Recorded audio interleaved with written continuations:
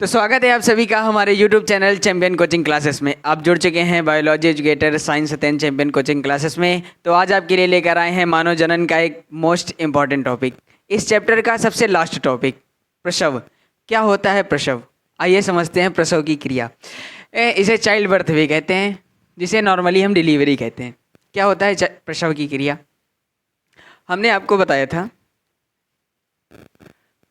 कि वो जो हमारा शिशु था, शिशु का निर्माण हो चुका था। 9 माह पूरे हो चुके थे शिशु के निर्माण में, जबकि हमारी एनसीईआरटी में मेंशन है 9.5 मंथ। आपकी एनसीईआरटी में 9.5 मंथ मेंशन है, बल्कि इसमें लगते हैं खाली 9 माह। 9 माह में आपका शिशु हो जाता है, ठीक है। लेकिन अब 9.5 मंथ हमारी एनसीईआरटी में मेंशन है, तो उसे पढ़ना पड़ेगा। तो ये चलते हैं अपने टॉपिक की ओर।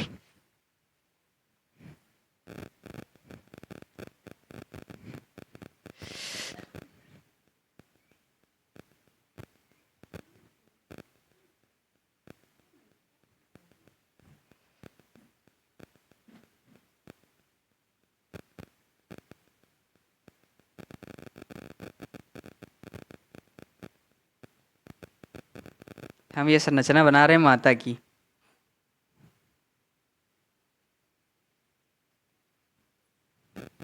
ये आप समझ लिए कोई माता है,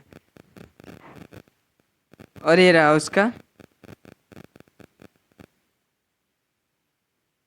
गर्भाशय।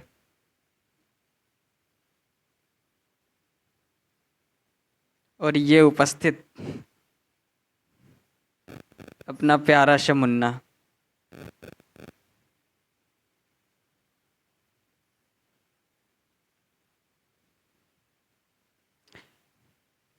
यहाँ पर अपरा से इसका नाभि रज्जु जुड़ा होता।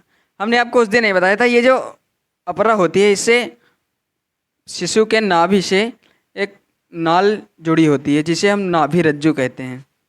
नाभि रज्जु कहते हैं।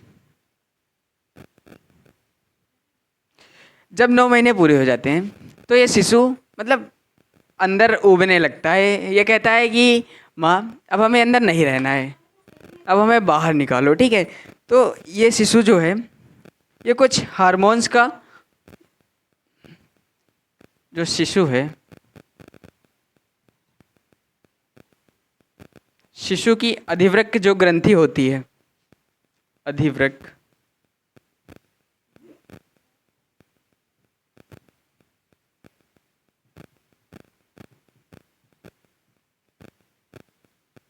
शिशु की जो अधिवृक्क ग्रंथि होती है, वो एक एंड्रोजन हार्मोन्स को स्रावित करती है।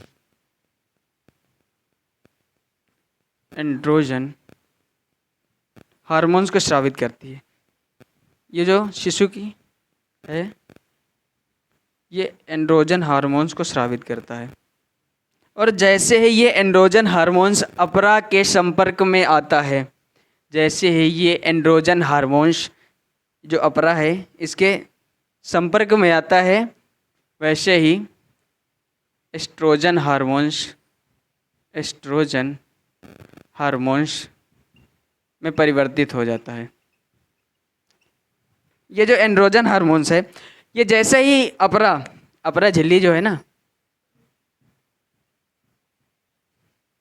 अपरा के द्वारा यह एंड्रोजन हार्मोन्स एस्ट्रोजन हार्मोन्स में परिवर्तित हो जाता है। अब ये जो एस्ट्रोजन हार्मोन्स है,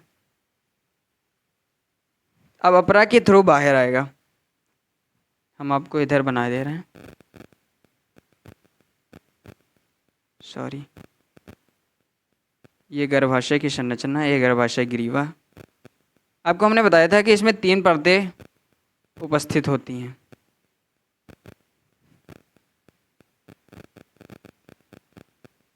पेरीमेट्रियम,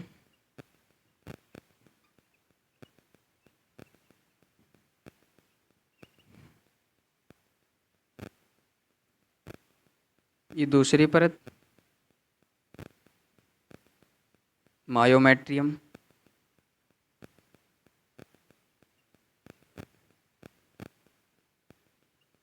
और ये आपको पता है, इसके अंदर उपस्थित हमारा शिशु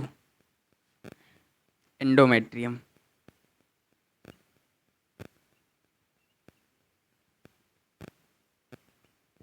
जैसे ये एस्ट्रोजन हार्मोन्स अपरा झिल्ली के थ्रू बाहर आता है, वैसे तुरंत मायोमेट्रियम परत से मिलता है। अब ये मायोमेट्रियम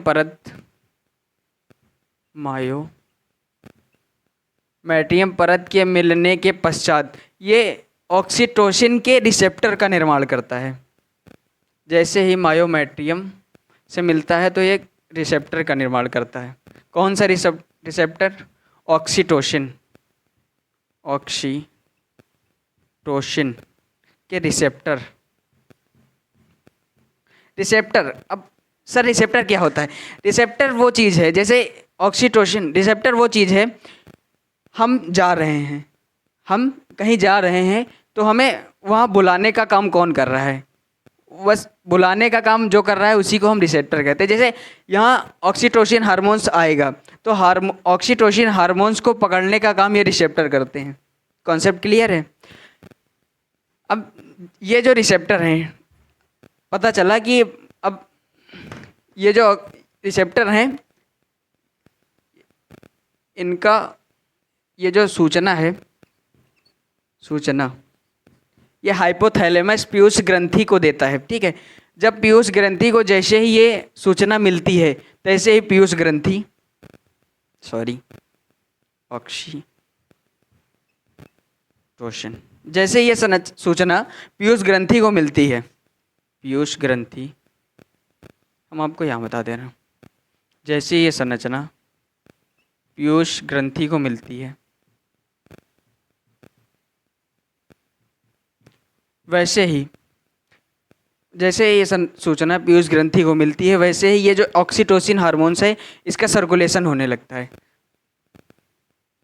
ये मादा की पीयूष ग्रंथि है, पीयूष ग्रंथि। जैसे ही ये सूचना माता की पीयूष ग्रंथि को मिलती है वैसे ही ऑक्सीटोसिन हार्मोन्स का सर्कुलेशन होने लगता है। ऑक्सीटोसिन हार्मोन्स का सर्कुलेशन होने लगता है और ये यहाँ जो रक्तवाहिनियाँ उपस्थित हैं इसके थ्रू ये यहाँ पहुँच जाता है।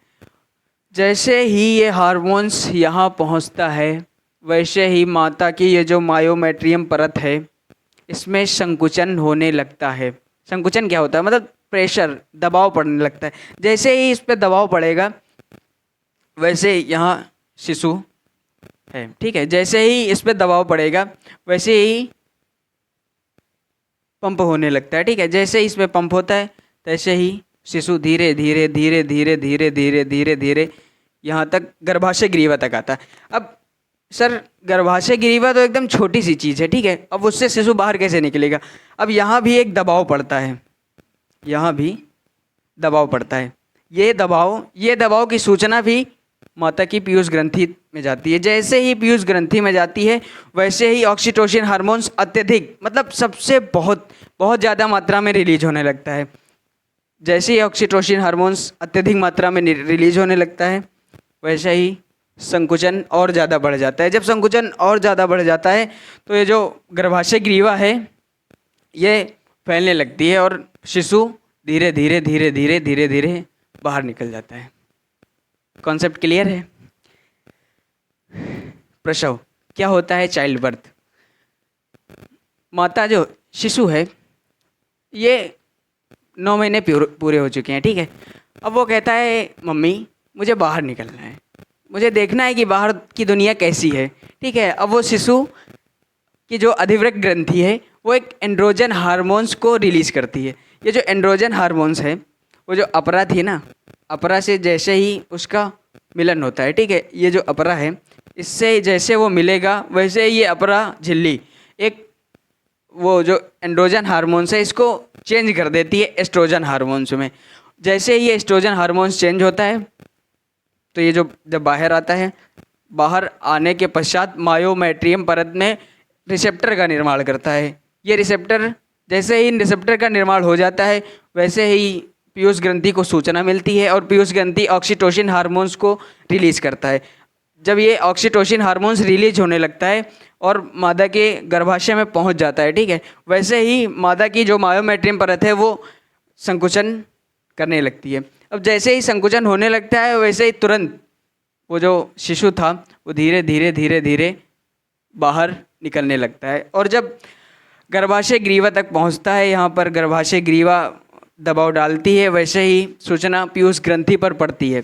जैसे सूचना पीयूष ग्रंथि पर पड़ती है वैसे ही ऑक्सीटोसिन हार्मोन्स का सर्कुलेशन अत्यधिक बढ़ जाता है और तुरंत बढ़ने के पश्चात संकुचन अत्यधिक बढ़ने लगता है। जब संकुचन बढ़ने लगता है तो शिशु फिर से धीरे धीरे धीरे धीरे धीरे धीरे बाहर आने लगता है और यही प्रक्रिया प्रसव कहलाती है। कॉन्सेप्ट क्लियर है? तो आज के लिए इतना ही। हाँ, अब आपको एक बात बता दें कि ये जो नाभि रज्जु था, ये प्रसव क्रिया के पश्चात डॉक्टर लोग देखते हैं, अब वो कुछ कट करते हैं ना, ये जो अपरा झिल्ली थी ये शिशु के साथ बाहर चली जाती है और ये जो नाभि रज्जु है इसको कट कर दिया जाता है। कॉन्सेप्ट क्लियर है? तो आज के लिए इतना ही, मिलते हैं नेक्स्ट वीडियो में। तब तक के लिए जय हिंद। यदि आप हमारी मेहनत आपके लिए कुछ कर रही है तो एक सब्सक्राइब बनता है। मिलते हैं नेक्स्ट वीडियो में।